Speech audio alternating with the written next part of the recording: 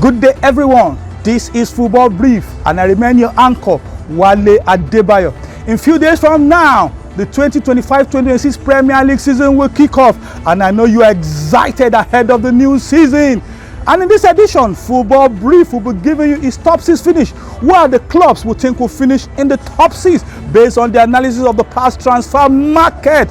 But first, before Football Brief gives you its own top 6 prediction, I want to link up with my very good friend, sports journalist, sport enthusiast, and a social commentator all the way from Ottawa in Canada, Emmanuel Toby. You welcome to Football Brief. Emmanuel Toby, over to you as we listen to your top 6 finish for the new season. Thank you, Wale Adebayo. From my own analysis, before I go to my top 6, there are 2 clubs I feel they might not be in the top 6 based on what they did last season and things they are bringing to the table this season. On number 8, listen, number 8, I know a lot of people will be surprised. Number 8 will be Manchester United. Manchester United, though they have a great coach, Ruben Amorim, but last season they struggled. They've made some good signing this year. They've had Brian Mbeumo coming from Brentford. You saw what he did with Brentford, and we've seen what he's done with this preseason. He's very versatile, and he has EPL experience. So something like that is going to help him to blend in the system. Also, Kuna was supposed to go to Arsenal. Arsenal has been targeting Kuna, but he joined Manchester United. His versatility and his greatness, creativity, his movement when he's with the ball, he has what it takes. Then Sesko, the biggest buy, Benjamin Sesko, from RB Leipzig. He has height, he has finishing, he has good potential. But in all, one of the biggest problems with Manchester United is that team cohesion. You saw how they struggled last season. So this season, I think they will have this season to blend together. But watch out for Manchester United next season. So I'll move to my number 7. My number 7 on the list is some people might just look at it, Aston Villa. Aston Villa, when Unai Emery came, he did some 2 seasons ago, he did some what I call initial gra, like we call it local parlance in Nigeria. It just shows some excitement, enthusiasm. In fact, Aston Villa was the reason Arsenal couldn't win the league 2 seasons ago, because of that game. They defeated Arsenal and stopping Arsenal on the road. So their tactical discipline, possession control, European pedigree is something that is going to help them. And with Emery's European history, his experience, it has something to go. But they don't make too many signing, so they still have their team, the bulk of their team. But I think they might not finish in the top 6.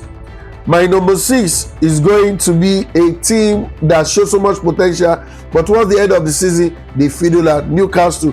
And now with Newcastle losing some of their players and there's been instability in the team, they started well. Their coach, Eddie Howe, you know him, he has high intensity, compact defense style and direct transition. That's how he plays. Then his emotional intelligence on the field and trying to inspire the players for them to achieve success. They had Elanga. Elanga came from Nottingham Forest. He has speed, he has directness, and he's somebody that always contributes to the team going forward or back. Aaron Ramsdale, former Arsenal goalkeeper, is on loan. He's a reliable shot stopper. Then Malik Ter, center back from AC Milan, he has defense stability. So, but in all, I see Aston Villa trying to also blend to catch up with the big boys. Going to my number 6. Sorry, that was going to my number 5th is Tottenham Hotspur. Tottenham Hotspur, Frank Thomas brought some flair into the team. A lot of people are not giving them their flowers but last season we saw what they did. Finally, they'll be able to break the genes and they'll be able to move up and get something. The style of the coach is tactical flexibility, is structured pressing when the team is moving forward. Even though they lost a couple of top players, the squad development, that's one good thing he has done with the team. You could see that Frank's arrival in the team brought stability. He brought that style of squad building. He's very smart. When sports are moving forward, you could see that they have that stuff going in for them, and when they are defending, everybody fall back to support the defense. So before the ball even gets to the defense, the midfield, they choke the midfield. So but in all their Champions League experience, they had great players signing. Mats Tel from Bayern Munich is an explosive striker with high calling. Then they have Kevin Danso, the centre back from Lens. At defensive leadership, he has that quality to bring to the table. Mohamed Kudus, that's a good signing. Arsenal wanted to sign Mohamed Kudus, but he decided to go to Tottenham. That's a good signing. He came from West Ham. He's a creative dynamo. He's versatile. He could play from the left. He could play from the right. So on my number 5th position, I see Tottenham getting that number 5th. Number 4, you will not expect the team I'm going to tell you. Manchester City is my team for number 5. Even though a lot of people still see them as contenders, yes, they are contenders for the league. They are contenders, but the magical wand Pep Guardiola brought to EPL and the dominance force he brought, I think a lot of teams have learned how to cage them. A lot of teams have stepped up their own game. Now the EPL used to be top 2, used to be Arsenal, Manchester United. Then gradually it moved from there. We had Chelsea coming in. We had Liverpool gradually grinding out. Then gradually before Manchester City came and changed the narrative, then we expanded to top 6. Now the EPL is moving and a lot of teams have stepped up. They stepped up their game. The era where Manchester City will beat everybody, the era of the Yaya Toure, or the era where Didier Drogba and Michael Essien and Lampard, they will crush when Chelsea were dominating. The era of Manchester United dominated. The era where Arsenal also made. That era is gone. Now this era is everybody have great players, everybody have great coaches, everybody have good tactical formation and technical input from different coaching systems. So now, and the European experiences also gather. So the era whereby there is no money to sign players, and so which that's like what is happening in Germany. We have Bayern Munich signing all the big players. Then Dortmund struggle with the few ones. Then the other clubs. In Spain, it has been Barcelona and Spain. In Barcelona and Real Madrid, just putting all those things together and every other thing. So moving forward, not losing focus. Manchester City, Pep Guardiola, his style of play, positional play, he lacked possession play, control, tactical flexibility. He could utilize all the players from different range and making them to form a team. The impact, whether you like it or not, Pep Guardiola has remained an elite. One of his biggest challenges is squad fatigue and defensive trick, but it's ongoing because he's trying to rebuild his defense. Their biggest challenge last season or 2 seasons ago have been the fact that when towards the end, injury didn't help him. Now he has fortified his team. He has brought in great players. So, and they have great signing in Tijani coming from AC Milan. He's a box-to-box dynamics player, tactical flexibility. Ryan from Wolves, agile attacking fullback. Then Cheki from Lyon, flair, creativity. So I see them finishing at 4th. Number 3, my number 3 goes to Liverpool, defending champion. And the Slot brought high pressing, fluid attacking options and positional rotation.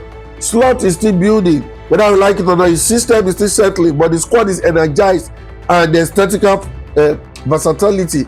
He has brought in players. Florian, he came from Bayer Leverkusen, elite creativity, good player, final third magic. You see Jeremy Frimpong, he came in overlapping speed, came in at the fitting from Bayer Leverkusen, too great by Ugo Ekitike from PSG, flair, finishing, versatility, he can score, close his eyes, we've seen what he's been doing in preseason. And Milos Kekes from Bournemouth, it also brought energy and flexibility.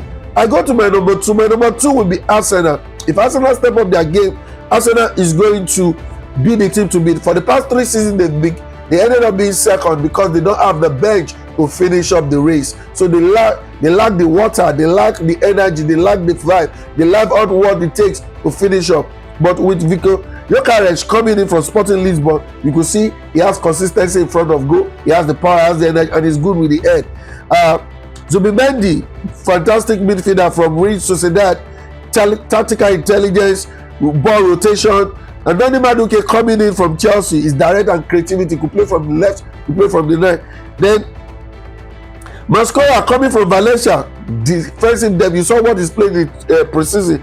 Christian Nogada also Brentford, experience, composure, having to play in the EPL is bringing a lot. And the goalkeeper, Kepa, is a backup for Tottenham. My number one team, whether you like it or not, Chelsea for the EPL this season. Chelsea, since Mascara took up the game, you see it's possessive, heavy, versatile passing and aggressive pressing. When they are pressing you aggressively. They are physical, they are tactical, they are also very strong.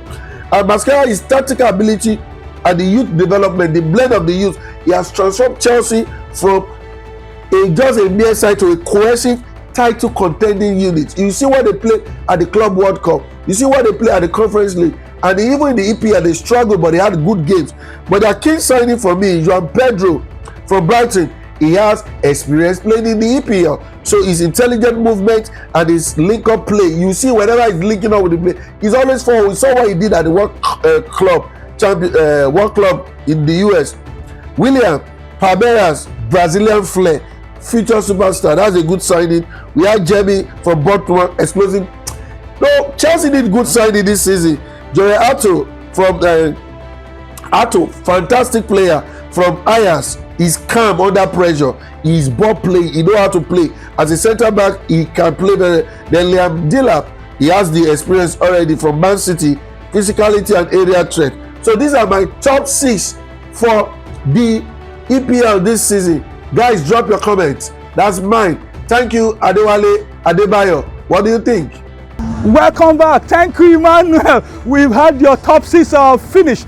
Please, for all those who are yet to subscribe, we say subscribe to Football Brief. This is the YouTube channel you need to be for the new season. Hit the subscription button, hit the notification button so you can get notification anytime we drop new videos. A total of £190 million has been spent by Premier League club this transfer market. And that figure might exceed £200 million in few days from now, when the transfer market will close in probably 19 days from now. And based on this, and here is our top 6 prediction ahead of the new season. At number 6 is Tottenham. The North London club sacked their coach Ange Postecoglou over the summer and brought in Brentford coach Frank Thomas. And they've been busy in the summer transfer market. But being busy in the summer transfer market, they also lost one of their most instrumental player and one of the most long-serving servant in Heung-min Son to the Major League Soccer. But they've also bought prettily. They brought the like of Mohamed Kudus for £55 million from West Ham. They've also brought in Paulina on loan from Bayern Munich. And talk are also going that they might get Eberechi Eze from Crystal Palace and probably Sevilla from Manchester City. That is a development. So that's why we are giving Tottenham a top 6 finish for the Premier League based on this.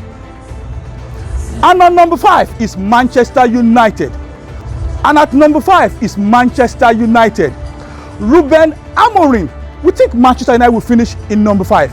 Ruben Amorim last season complained that he did not have control over the transfer market. But right now, he has gone to the market. He has spent huge money. He has brought in a striker, one of the problem area for them license. They brought in Benjamin Sesko for RB Leipzig for £74 million.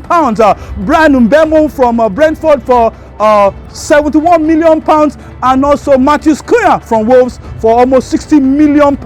And they are still talking to get Carlos Baleba from Brighton for over £100 million. So they are improving their squad. But the big question is the rumor over this past few days that they are also looking at the case of Gianluigi Donnarumma, whom PSG has dropped from the Super Cup squad.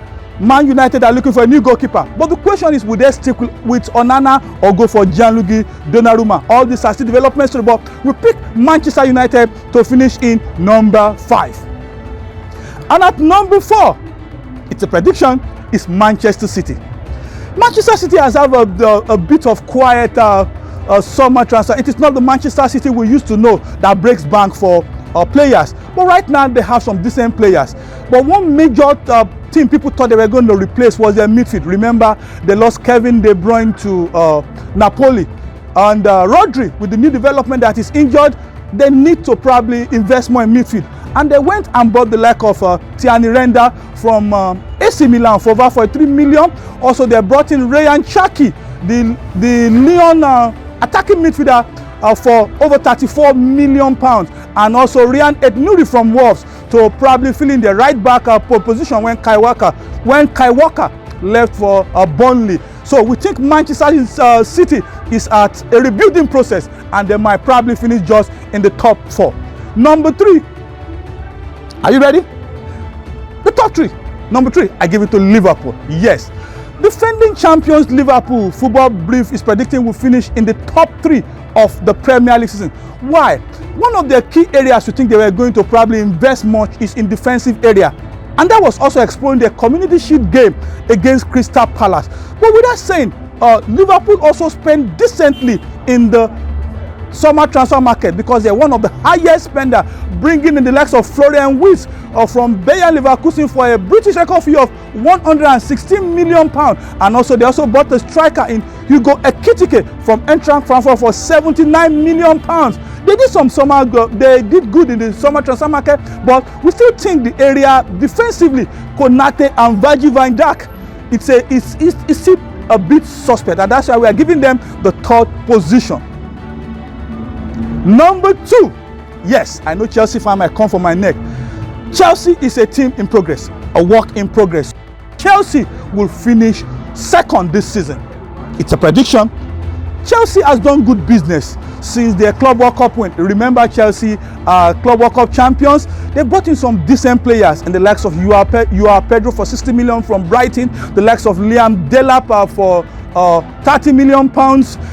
The likes of Estevao, whom they paid 29 million pounds for Palmeiras last season, and they are doing well. Based on their preseason, they've only had 2 preseason games, but they are showing signs of a team on the rise. A team on the rise. The average team of Chelsea player right now stands at 21-year-old, and Cole Palmer is still in the picture, dictated. But we think because they've not probably attended to that goalkeeper area, to that goalkeeping position, which we think they should have gone for, they might finish in the 2nd position. And here comes who we think will win the 2025-26 Premier League season. And here comes our number 1 pick for who will win the 2025 Premier League season. Are you ready? We give it to Arsenal.